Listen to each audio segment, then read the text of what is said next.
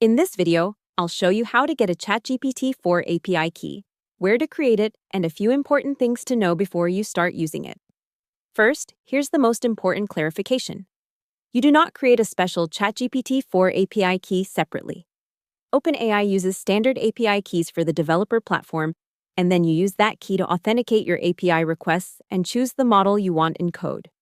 OpenAI's API authentication docs say API keys are created and managed in your organization settings, and the quick start says the first step is to create an API key in the dashboard. To get one, go to the OpenAI developer platform and sign in to your account. From there, open the dashboard and create an API key.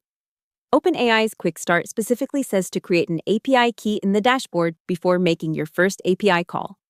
Once your key is created, save it right away in a secure place. OpenAI's API reference warns that your API key is a secret and should not be shared or exposed in client-side code like browsers or apps. Instead, OpenAI recommends loading it securely from an environment variable or key management service on the server. That means if you are building an app, you should not paste your key directly into front-end JavaScript or publish it inside your website code. The safer setup is to store it on your backend, then send authenticated requests from the server. The API reference also explains that OpenAI expects the key to be sent using HTTP bearer authentication. After that, you can connect the key to your development environment. OpenAI's quick start says to export the key as an environment variable in your terminal, and their example requests use that variable when calling the API. Their docs also show example code using the responses API with the authorization header tied to your API key. Another thing to know is that once you have an API key, you are not limited to only one model.